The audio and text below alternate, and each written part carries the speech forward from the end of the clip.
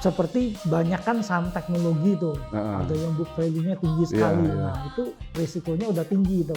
Nah kalau tahun ini rekomendasi dari Pak Hans apa saham-saham yang kelihatan masih tetap akan memberikan cuan. Tapi masalahnya bank besar itu BCA, Mandiri, BNI, BRI kan nggak mau tinggal diam. turun sahamnya Pak Hans? Ya. Nah bagus cut loss atau average down nih? Nah teknologi yang bisa jalan dulu. Teknologi Teknologi ya. bisa naik lagi. Jalan lagi karena bunganya itu ada peluang untuk mulai turun lagi. Banyak orang yang nakut-nakutin, pemilu ribut segala macam. Nggak pernah ribut kita nggak pernah ribut. Yang ada duit itu masuk ke sistem ekonomi itu bisa 120 sampai 270 triliun. Artinya benar-benar mendorong daya beli masyarakat ya. Iya, daya beli masyarakat terdorong, konsumsi masyarakat terdorong. Jadi consumer goods sektor bagus gitu posisinya.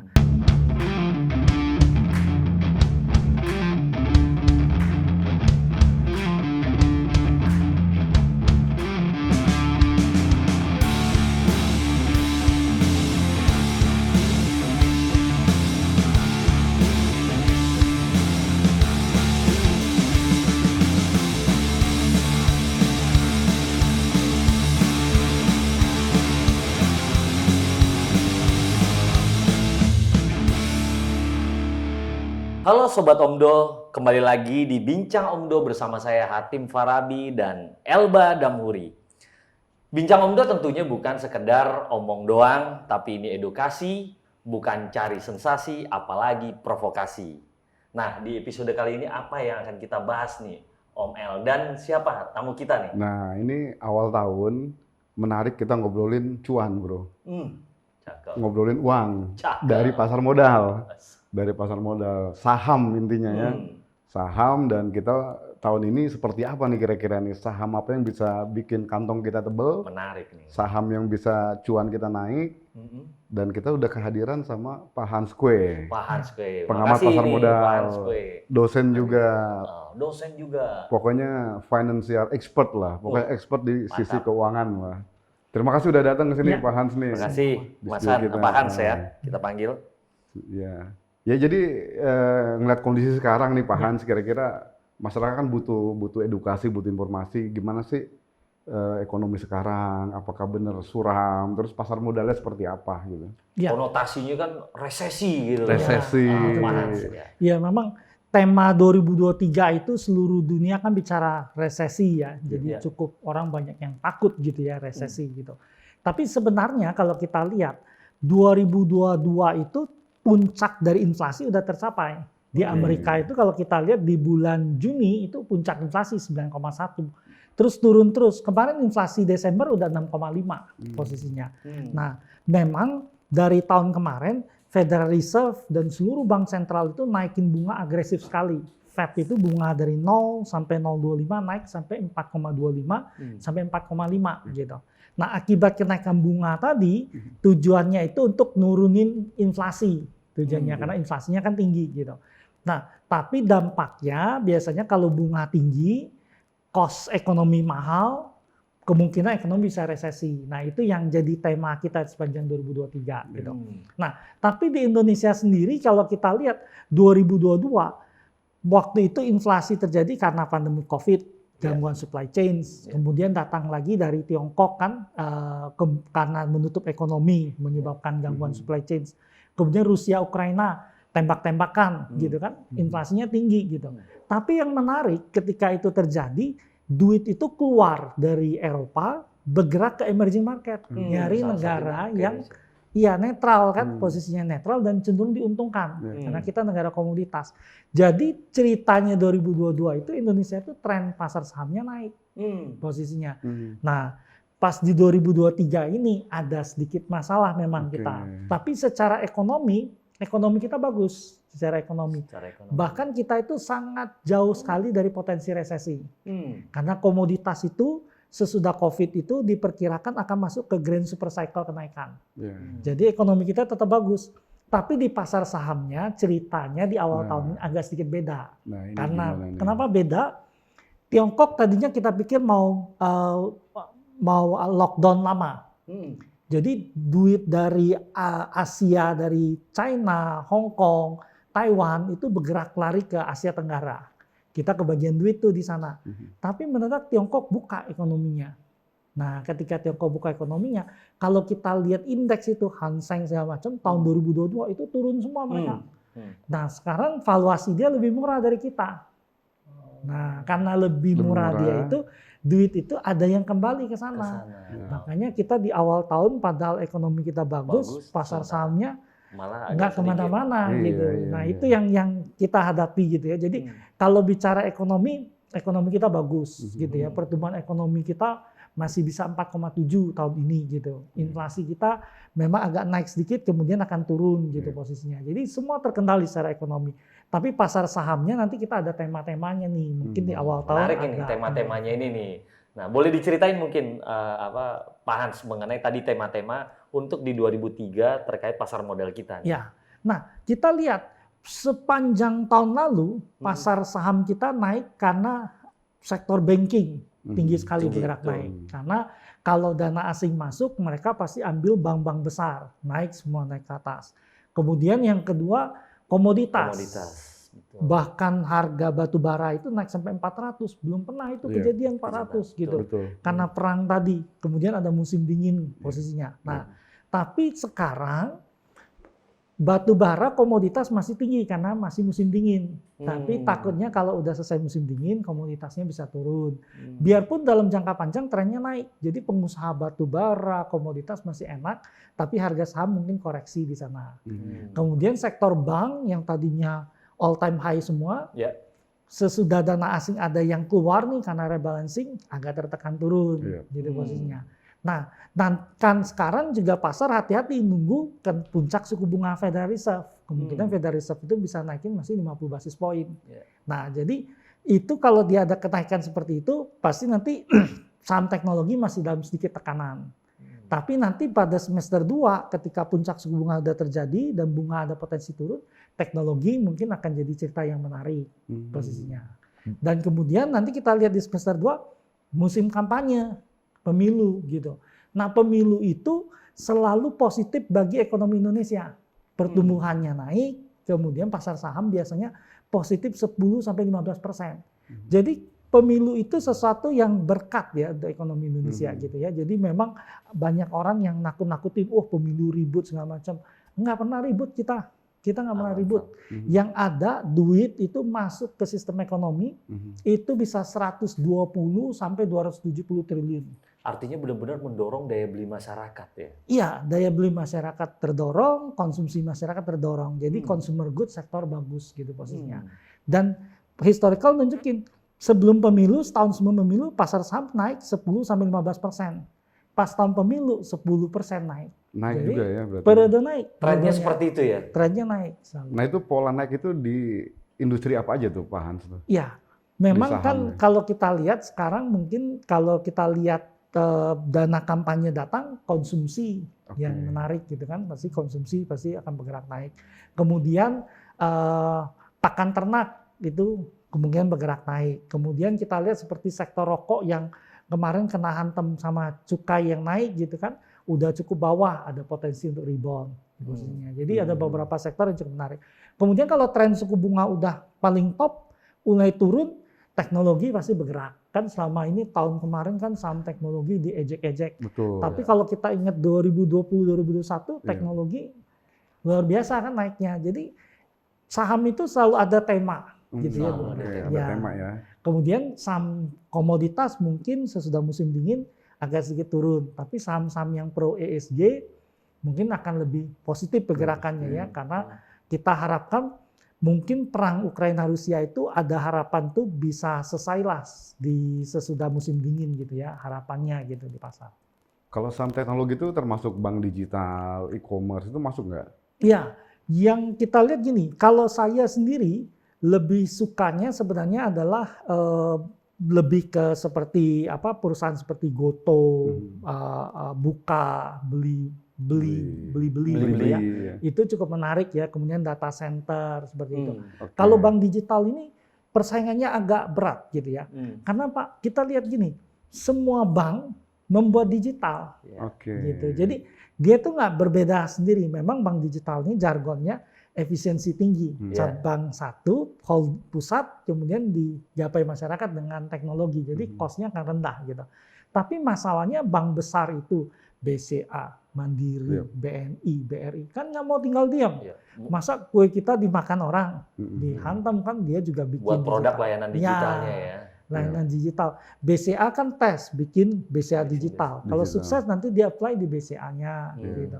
Mandiri udah bikin Livin, Livin, gitu. iya. Semua kan udah dibikin. Nah, jadi bank digital itu kalau nanti teknologi bullish sekali, baru dia bergerak benar-benar naik. Gitu. Iya. Karena ekonomi berubah ke depan. Berubah ya. Ya. Saya mungkin sedikit menyoroti terkait masalah investor nih, Ya. Pak Hans. Kalau kita lihat kan kemarin bicara tema tadi kan, di pas saat COVID itu pertumbuhan investor kan sangat luar biasa Ya. kan. Ya. Nah, sangat luar biasa. Mungkin bisa diceritakan nih, ada tren-tren menarik nggak terkait mengenai investor ini, Pak Hans? Iya, memang kemarin kita dapat berkat dari COVID-19 Oke. untuk pasar modal gitu ya, karena Apa jumlah tuh? investor naik tinggi. Iya, Tapi iya. beberapa tahun sebelumnya kita lihat OJK, bursa itu kan aktif sekali sosialisasi Betul. gitu ya. Dan saya pernah diundang ke Bekasi gitu ya, di mall Sumarekon Bekasi tengah-tengah itu bikin talk show. Waktu saya datang sejam sebelum acara, saya mikir gitu, waduh, ini kalau saya ngomong ada orang dengerin Nah, nggak? kan? Jangan-jangan saya ngoceh di sana kan kayak penyanyi dangdut di tengah panggung gitu kan, Yang lain lewat-lewat aja. Jadi tapi ya udahlah, karena udah di order kayak gitu, kita ngomong aja gitu. Begitu saya mulai ngomong, orang berhenti, duduk, tempat duduknya penuh. Terus banyak juga yang berdiri-diri di sana. Gitu. Itu fenomena yang menarik sekali dan kebanyakan keluarga muda semua. Keluarga muda ya. Keluarga muda. Sesi tanya jawab baru mau mulai, udah banyak yang ngacung nanya. Kayak gitu. Nah ini fenomena yang saya lihat ya, bahwa upaya yang dilakukan oleh OJK, bursa, sosialisasi udah kelihatan sebelum pandemik. Iya, Nah waktu pandemik terjadi, orang itu kan banyak di rumah. Ya. Konsumsinya memang turun gitu kan. Terbatas. Biasanya dulu ke mall, ngopinya mahal, sekarang di rumah ada saving lebih banyak. Betul. Ada waktu kerja di rumah. Buka investasi, booming investasi kita. Iya. Ini yang menunjukkan orang bergerak terus. Dan fenomena ini kemungkinan akan berlanjut terus. Karena orang sekarang kan udah zaman digital teknologi. Rasanya kalau temennya ngomong, saya untung trading saham, saya untung investasi saham, gitu ya. Jadi kita menghindari kata main saham ya, trading dan investasi. Itu teman-temannya akan ikut. Wah, bagus ya. Gimana caranya? Nah, sekarang kan nyari informasi gampang ya di channel YouTube segala macam kan. Sekarang kita cari berita gampang sekali gitu. Belajar bisa investasi gitu. Nah, ini akan menyebabkan tren ke depan ini kita akan jadi negara yang jumlah investornya banyak sehingga kedalaman pasarnya kuat. Sehingga nanti investor asing itu tidak lagi sangat dominan. Ya, kayak sekarang ya Pak Hans ya. Ada survei nggak Pak? Kira-kira yang pertumbuhan kota-kota baru untuk investor itu di daerah mana aja tuh Pak? Ya, memang kalau kita lihat, memang sekarang di Jawa kuat sekali ya. Tapi Di Jawa salah satu yang tinggi sekali pertumbuhannya itu di Bekasi. Bekasi. Ya. Oh, Berarti menarik. bangga nih orang Bekasi ya Pak Hans ya. Konotasi Bekasi kan selama ini kan ini Pak. Iya. Kita waktu saya ke Bekasi 2018 aja ya di acara di mall itu saya lihat, masyarakatnya antusias sekali. Ya. Gitu. Turun dari mall itu butuh 30 menit karena penuh gitu. Jadi banyak keluarga muda di sana dan orang investasi. Data dari tahun 2018-19 itu pertumbuhannya gede sekali dari Bekasi. Menarik. Nah ini kan banyak juga investor Pak Hans ya, kalau kita ngobrol itu bingung. Kalau investasi saham atau trading saham itu bagusnya jangka pendek, jangka menengah atau jangka panjang, 6 bulan, setahun atau bulanan. Ini menarik nih Pak. Jadi ini penting sekali nih gitu. Jadi kalau kita lihat gitu ya, kalau kita punya waktu banyak, jadi ada waktu mantau gitu ya, lihat pergerakan harga saham, itu baru bisa trading. Gitu. Jadi kalau orang trading itu kita nggak bisa nyambi ya, Nggak bisa sambil nyambi kerja. ya? Iya, sambil kerja gitu kan, lagi rapat nih, gini kan rapat, ngobrol gitu ya, sambil buka posisi. Mendadak sahamnya jatuh, kita nggak sempat cut loss. Nggak bisa seperti itu. Jadi orang trading itu kalau kita full time, ada Punya waktu banyak punya ya. waktunya gitu. Nah, yang cocok tuh investasi. Investasi. Nah, Tapi makanya bursa efek itu sempat kampanye yuk nabung saham dulu. Yuk nabung Tujuannya saham. orang tuh horizonnya panjang Iya. gitu. Nah, tetapi kalau kita mau belajar gitu ya, saham itu nanti dia tuh ada tema-temanya gitu. Ada tahun ini bakal bagus sektor ini, tahun ini ada sektor ini. Jadi investor itu harus belajar intinya. Jadi dia harus belajar. Jadi kita memang investasi horizon panjang, tapi kita ganti sektornya dari yang ini pindah ke ini gitu. Kalau kita nggak sempat belajar, sibuk banget, bagaimana bisa beli produk seperti reksadana gitu. Jadi biarin reksadana atau beli ETF atau index fund. Iya. Nah, jadi ngikutin pergerakan indeksnya. Pergerakannya. Jadi tergantung kita sibuk apa nggak sibuk ngurusin saham gitu ya. Ya. Hans, ya. Dan ini kan menarik gitu ya bahwa berita ada di mana aja. Kayak gitu ya. Informasi ya. Channel seperti ini kan edukatif sekali ya. Jadi Iya, kita iya. lihat channel seperti ini dapat apa yang harus kita lakukan. Iya. Nah, kalau tadi kan ada cut loss, ada average down. Nah, misalnya nih Om Hatim beli saham A, tiba-tiba sibuk dengan kerjaannya. Turun sahamnya Pak Hans. Ya. Nah, bagus cut loss atau average down nih Nah. Om Hatim nih. Ya, begini, ini menarik nih Pak. Jadi tergantung sebenarnya. Oke. Tergantung kita waktu masuk pasarnya seperti apa. Kalau kita masuk pasar sebagai trader, maka waktu kita open posisi, kita udah langsung bikin aturan main. Kalau turun sampai level ini cut loss, sampai level ini take profit. Oke. Gitu. Nah, take profitnya boleh dinaik, dirubah-rubah. Cut loss-nya nggak boleh dirubah. Gitu. Jadi begitu turun sampai level itu di-cut, jangan di-averaging down. Karena kalau averaging down itu lagi turun seperti itu kita nggak pernah tahu bottomnya di mana. Iya, iya. Tapi kalau kita investor, kita lihat saham ini, kita lihat valuasinya. Oh, barang ini valuasinya 10.000, pasar hargain 3.000, berarti kan murah kan? Pas 3.000 kita beli, dia turun ke 2.500. Yang kita lakukan apa? Beli lagi. Beli lagi, Selama average duitnya down ada, ya berarti. ya. Averaging down. Turun lagi, beli lagi. Kenapa? Karena barang ini harganya 10.000.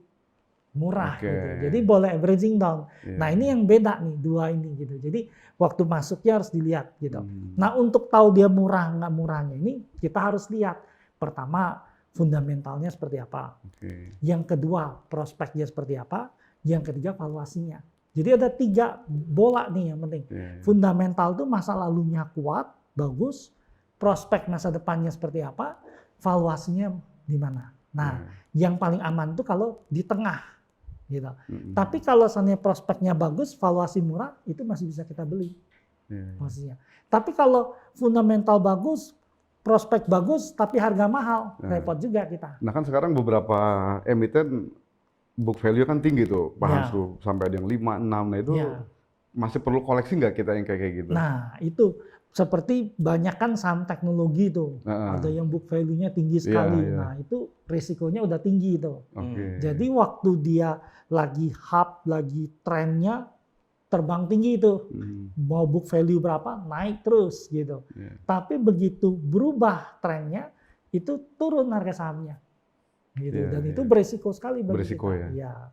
Iya, jadi menarik ini ya. Iya. Karena kan banyak juga teman-teman ya investor yang masih bingung nih Pak Hans kan. Terutama sebenarnya ini Om El, bagi investor pemula. Kita kan jangan sampai ada kekhawatiran seperti pada tahun 2000-an awal ya Pak Hans.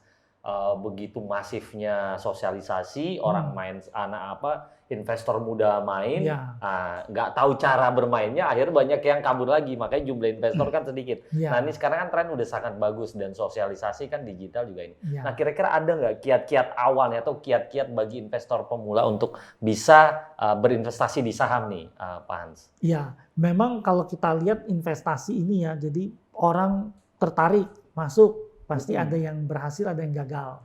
Itu yang harus kita lihat. Nah, kedua, sekarang ini kita menarik era digital ini bagus gitu ya. Apalagi kaum milenial, kemudian Gen Z gitu ya. Semuanya main gadget, informasi dapat gitu ya. Cepet, nah, jadi acara edukasi itu bagus sekali mensosialisasi, mengajari mereka gitu. Nah, yang paling penting sebenarnya gini. Investasi dengan uang dingin, jangan uang panas. Uang dingin. Investasi Nah, uang dingin itu uang apa tuh? Nah, menarik nih Uang dingin ini uang apa nih Pak Hans nih? Kalau uang itu kan gini, kita kalau dapat gaji gitu ya, dialokasikan. Sebagian udah dipasang di dana darurat, sisanya yang dipakai untuk tabung berapa yang dibutuhkan jangka pendek. Kemudian nanti yang untuk investasi jangka panjang gitu ya, itu dananya dingin, artinya bisa dipakai untuk jangka panjang. Atau minimal gini, masuk dana dingin itu, kalau hilang nggak mengganggu hidup kita lah. Oke. Gitu maksudnya. Nah, setelah dananya dingin, otak kita dingin tuh, mikirnya kan nggak apa. Kalau saham kita nih duit kebutuhan dapur nih dipakai investasi saham, itu pasti nggak dingin tuh. Itu nggak dingin tuh ya? Nggak dingin ya. kita, pasti pas saham turun kita menyut gitu kan. Ini besok makan apa ya? Saham gua turun gitu. Iya. Nah, atau dulu pernah tuh orang beli saham ya dari 8.000 turun tuh ke 3 sampai 400-an. Itu ternyata duit mau nikah tahun depan. Dibeliin saham. Langsung dia teriak-teriak gitu kan. Waduh, saya nggak jadi nikah nih. Akhirnya nggak jadi nikah dia? Ya karena nggak ada duitnya. 8.000 turun 400 gitu kan. Saham itu bahkan sampai sempat 50 gitu kan. 50? Iya. Nah, itu kan bukan uang dingin tuh kan. Yang ada diputus pacar. Gitu kan. Nggak jadi nikah. Itu udah jatuh ke timah tangga pula tuh Bang. Jadi itu kan nggak boleh tuh. Jadi harus kita alokasi. Menarik. Nah, yang investasi yang penting itu adalah investasi dalam belajar ilmu. Belajar. Ya, itu yang sangat penting kan. Kita tahu nih saham bisa naik bisa turun gitu kan. Nah, kalau saham yang seperti consumer good, perusahaan fundamentalnya bagus, ekonomi kayak gimana, turun nanti naik lagi. Kan ada saham seperti itu kan posisinya. Ya tema-tema tadi ya Pak. Tema-tema tadi.